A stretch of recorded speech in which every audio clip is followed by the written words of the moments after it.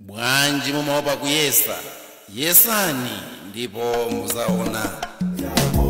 Zina la Atate ndi la Mwana ndi la Mzimu Woyera. Amen. Chaulere cha Ambuye athu Yesu Khristu, chifundo cha Mulungu Atate, komanso mphatso za Mulungu Mzimu Woyera zikhale nanu abale. Takumana pano pa Word Made Flesh, pamene nthawi ndi nthawi timagawana mawu a Mulungu. Mawu a Mulungu amene wachilinga chake nchona kuti ine ndikawapereka, inu muwatenge mukayese. Mukakayesa mawuwa mubwerere monga mmene anapangira aja anapasidwa matalente aja munatipasa makobiri atatu takagwiritsa ntchito. Wonani izi timafuna kuti mawu aja akabwerere kwa Mulungu mwini wake kuti Ambuye mawu munapereka aja kudzera kwa munthu uyu ndakagwiritsa ntchito mwakuti ndipo zipatso zake ndi izi. N'chifukwa chake timabwereza kuti Word Made Flesh imasiyana ndi magulu ena ogawa mawu, chifukwa ife timangowapereka mawu aja ife ndikusasamalako ayi. Timakhala ngati munthu wofesa amene nthawi zonse amanka nasunzumira kuti mawu tapereka aja akubwera ndi zipatso za mtundu chani, kuti mawu tapereka aja akugwira ntchito mwa mtundu chani. N'chifukwa chake muzapeza kuti nthawi zina tipereka mawu aja pagulu pano, koma masiku ena timakhala chete amene uja tikudikira kuti inuyo mufotokoze mukhale ndi mpata ufotokoza kuti mawu nalandira aja pena pake ndaona kugwira ntchito ndipo agwira ntchito mwakuti. Mukakhala du ine ndimaganiza kuti mawu aja mwangounjika, ndipo ife kuti mwangounjika sindikhala ndi chifukwa china chilichonse chokupasaninso mawu ena kuti mukaunjikenso ayi, koma mawu atimene kuti nthawi zonse tiyayang'ane kuti akugwira ntchito. Lero tikutenga Salimo 34 ndipo tikunena kuti bwanji mumaopa kuyesa, yesani ndipo muzaona. Tipemphere. Mulungu Atate athu ndi Mulungu wochititsa mantha, pakuti ndinu wamkulu komanso woopsa. Tikupemphani ife amene munatilola kuti tizikuyandikirani monga ana anu, mutithandize kuzindikira kuti ifeyo tili ndi mwayi wapadera okuyandikirani, ndipo choncho tithe kumasukanana ngati bambo athu, ndipo mutithandize pa zimene ife tikusowa chithandizo chanu. Tupempha zonsezi m'dzina la Yesu Khristu mweyo Ambuye athu. Amen. Salimo 34 ndime ya 1 mpaka na ndime ya 12. Ndizayamika chauta nthawi zonse, pakamwa panga pazatamanda iye kosalekeza. Moyo wanga umanyadira chauta, anthu ozunzika amve ndipo akondwere. Lalikani pamodzi nane ukulu wa chauta, tiyeni limodzi tiyamike dzina lake. Ndidapemphera kwa chauta ndipo anandiyankha, adandipulumutsa kwa zonse zimene ndinkaziopa. Ozinzikawo atayang'ana kwa chauta, nkhope zawo zidasangalala, sadachite manyazi.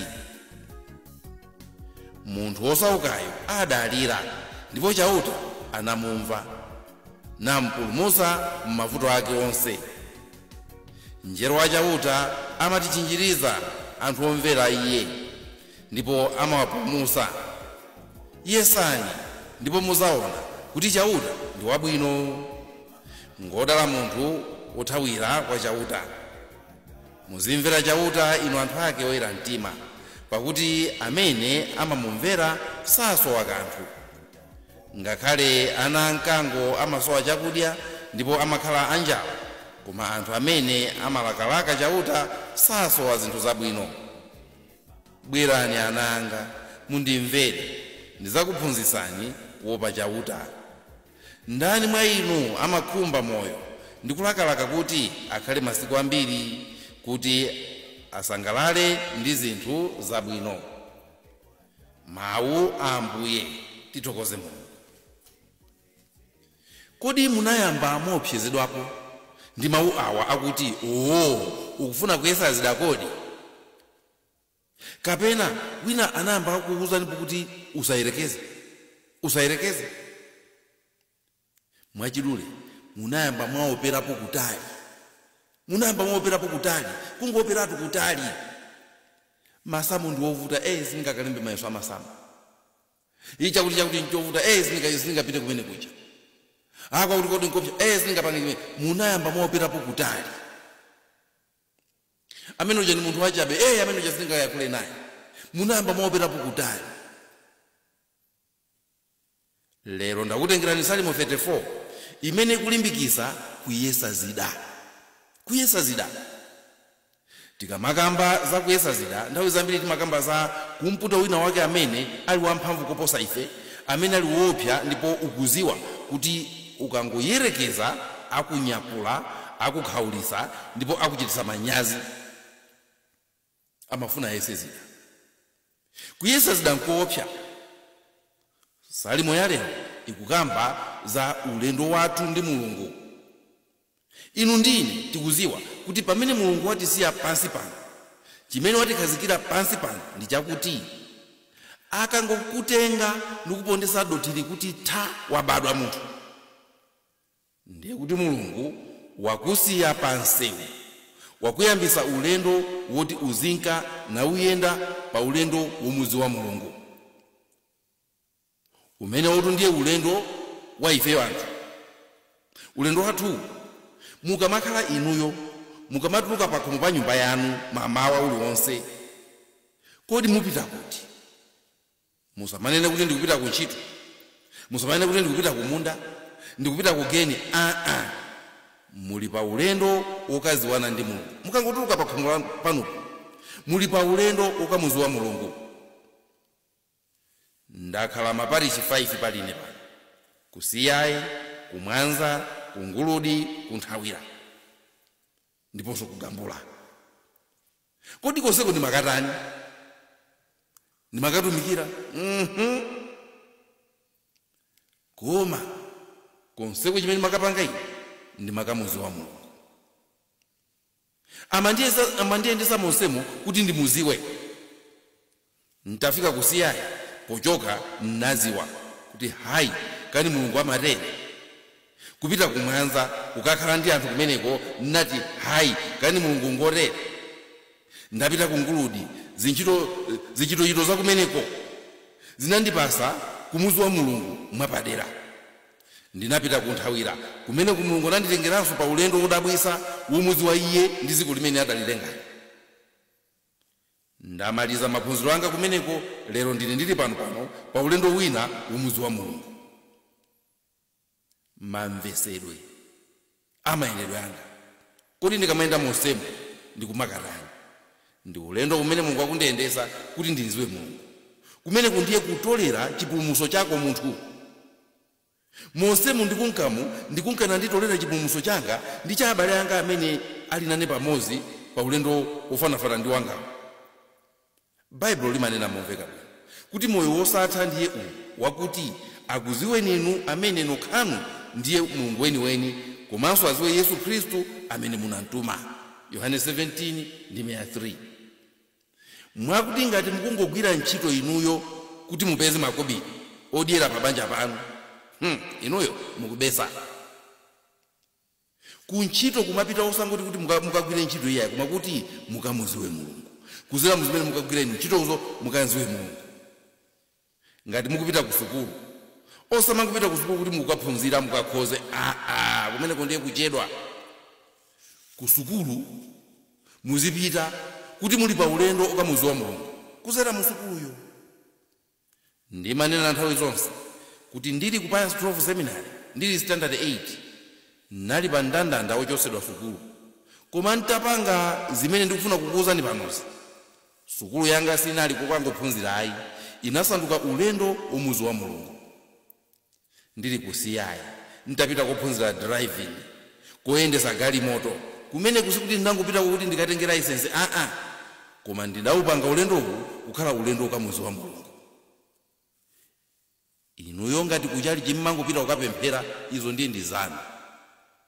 Ngati mapita kuchali chikangopemphera, izo ndi zanu. Kuchalichi timapita kuti tikamuziwe Mulungu.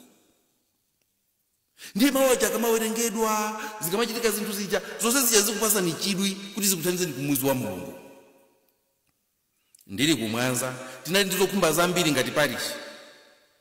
Sinangopita kukapempheresa ayi, koma ulendo wanga wakumeneko nawusandutsa kukhala ulendo okamuzi wa Mulungu. Ndili ku Nguludi zovuta zinali zambiri monga malo ena aliwonse, koma minga imene ndinayisandutsa kukhala ulendo wumuzi wa Mulungu ndi mwana wake Yesu Khristu. Ndili kunthawira zochitika zinali mbwee, koma ndimaziuza ndekha kuti sindinabwere kuno kunthawira kuti nzangopempheresa. Napitako kukayenda ndi Mulungu kuti ndimuziwe, komanso ndatenga abale anga kumeneko kuti nawonso amuziwe Mulungu. Lero ndili pano ndawuyambanso wina ulendo woyenda naye Mulungu, ndipo maso anga ngosekuka kufuna kumuziwa Mulungu, chifukwa wandipetisa kalasi ina. Ino ndi kalasi ina imene Mulungu andipasa yoti ndimuziwe. Komano chinsinsi cha ulendo umenewu ndi chimodzi. Chinsinsi cha ulendo umene mukuyenda ndi Mulungu ndi chimodzi. Ndipo ngati simuchimvetsa chinsinsi chimenechi, muziyenda ulendowo koma muzibwerako mmene munapitirako. Pali akhristu ambiri amene amapita kuchalichi koma amabwerako mmene apitirako. Kuli anthu ambiri amene amadusa muzambiri koma amabwerako osaphulapo kanthu. Ayi ndadusa muzambiri, koma muzambiri mwadusamo mwakumanamo ndi Mulungu, ayi simunaphule kanthu, simunaphule kanthu. Pa ulendo wanu ndi Mulungu chinthu chimodzi chofunika ndi kukhala ndi ufulu. Kukhala ndi ufulu, osayenda ndi Mulungu ngati kapolo. Ambuye Yesu ananena kale pa Yohane 15:15, sindikukutchulaninso antchito ayi, pakuti wantchito saziwa zimene mbuye wake akuchita, koma ndikukutchulani abwenzi, chifukwa zonse zimene ndidamva kwa Atate anga ndinakuziwisani. Pa ulendo wanu ndi Mulungu osayenda ndi Mulungu ngati kapolo, mukhale munthu waufulu. Malo anga ndikuwaziwa ineyo ngati wansembe, sindisowa kukhala munthu wokula mtima, koma osoyesa mtendere ngati mwana amene poyenda ndi bambo ake ndi mayi ake satopa kuwavumbulusa ndi mafunso ochuluka. Ufulu umenewu okhala ngati mwana amene saopa kufunsa makolo ake chimene iye asakuchimvetsa, saopa kunena zimene iye zili mumtima mwake. Mukamayenda ndi Mulungu musachuluke ulemu. Mukamayenda ndi Mulungu musazipase ukapolo ndi kufinyika mene anthu amafinyikira akakhala pamaso pa akuluakulu a dziko lino lapansi naopa. Koma mukhale ndi ufulu wa mumtima umene cholinga chake nchoita kuti ukuthandizeni kumuzi wa amene mukusagana naye. Salimo 34 ikunena kuti yesani ndipo muzaziwa. Ngati pali chinthu chimodzi chimene akhristu ambiri chimawavuta ndi kumuyesa Mulungu ndi chikhulupiriro. Kaya ndi kuchuluka ulemu apo sindiziwa, kaya ndi mantha chabe apo sindiziwa, kaya ndi kuzikonda handiziwa. Ali gulu la Ahazi amene anakana ndithu kwa mtuwagalu mneneri Yesaya atamuuza kuti pemphani chizindikiro kwa Mulungu, muyese Mulungu, iye ndikukana. Isaiah 7:12 akuti sindizapempha ndipo sindizamuyesa chauta. Ndikuziwa kuti kuli mawu amene amanena kuti usamuyese Ambuye Mulungu wako. Ndikuziwa zimenezo, Mateyo 4:7. Mawu amenewa ndi mawu amene pa Deuteronomy 6:16 akunena kuti musampute chauta Mulungu wanu monga mudamputira kumasa kuja muchipululu. Kodi kumpempha Mulungu ndi kumputa? Iya. Ambuye adanena kale, pemphani ndipo muzalandira, Mateyo 7:7. Ndipo mukatenga Mateyo 21:22 akunena kuti ngati mukhala ndi chikhulupiriro zonse zimene muzapempha kwa Mulungu muzalandira. Osamaopa kumuyesa Mulungu ndi chikhulupiriro. Akhristu ambiri kuzikhulupirira kwatilowa kwambiri, mwakuti kupempha wina ngakhale Mulungu amene timaona kuvuta. Akhristu ambiri talowa chikunja, mwakuti kuuma mtima kwathu timampasano Mulungu kuti monga mmene ine sindingaperekere chakuti nayenso Mulungu sangandipasa. Akhristu ambiri lero gulu lasanduka Mulungu wathu, mwakuti chimene sichikugwirizana ndi gulu timaona ngati kuti olokumpempha Mulungu sichichitika. nditi mangupanga zimene gulu likupanga. Timaopa kuyesa zinthu za chikhulupiriro chathu. Ndiye khayo amene apemphazira kwa Mulungu nakhulupirira kuti bambo wangayo amandikonda, ameneyo ndithu azamuzi wa Mulungu atampasa madzi kuchokera kumwala ndi kumpasa mana m'chipululu mopanda zakudya. Kuyesa zida kumuyesa Mulungu monkhulupirira ndi ulendo wathu ukanzi wa Mulungu. Ahazi anatenga ngati kuti kumukhulupirira Mulungu ndi kumuyesa Mulungu. Ahazi amaona ngati kuti kumkhulupirira Mulungu ndi kuti akhala ngati kumuyesa Mulungu chifukwa cha anakana. Mmene ineyo ndinkapita kukagwada mu tchapo cha ku Pius 12 nkumuza Mulungu kuti sindikufuna kuchosedwa, ndikufuna ndibwerere pano, chonsecho nkalasi ndimakhala wakumapeto. Sikuti kunali kumuyesa Mulungu ayi kapena kuntapa nkamwa, koma kuyesa zida za chikhulupiriro changa. Kuyesa zida za chikhulupiriro changa ndinasiya kugwira manyowa, kugwira ntchito, ndikuthamangira mchaliki ndoyena kuti Ambuye ndikudziwa kuti apapa ndili pa line yochoka, koma sindikufuna kuchoka, ndikufuna kukhala pano.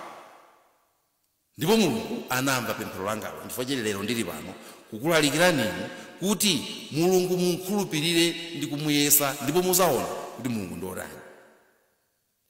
Taonani lero mmene dziko lathuli likunongekeramo. Chifukwa chani tilibe ngakhale nkhongono zonena kuti tigwade pansi tipemphere ngati dziko? Chikuchitika ndiya tikuona ngati kuti palibe chimene Mulungu angapange, tingozivomera zinthu zimene zilili. Takumbukirani nthawi ya COVID ija Mose Satana ankatipeta muja, nkhongono zilizi zoti kuli Mulungu kunja kuno ata. Exodus 14 ndi 18 Mulungu polankhula ndi Aisraeli amene ankasatidwa ndi Aigupto akunena kuti Aiguptowa azaziwa kuti ine ndine chauta akaona mmene ndipangire Farao ndi magaleta ake loyendesa ake.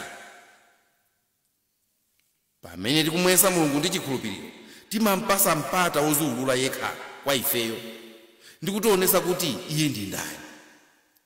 Koma pamene tiopa, pamene tichita mantha, pamene tichuluka ulemu, ndimene kuti sindingasatire Mulungu, sindingamuyese Mulungu, tikummana Mulungu mpata kuti aziulule yekha.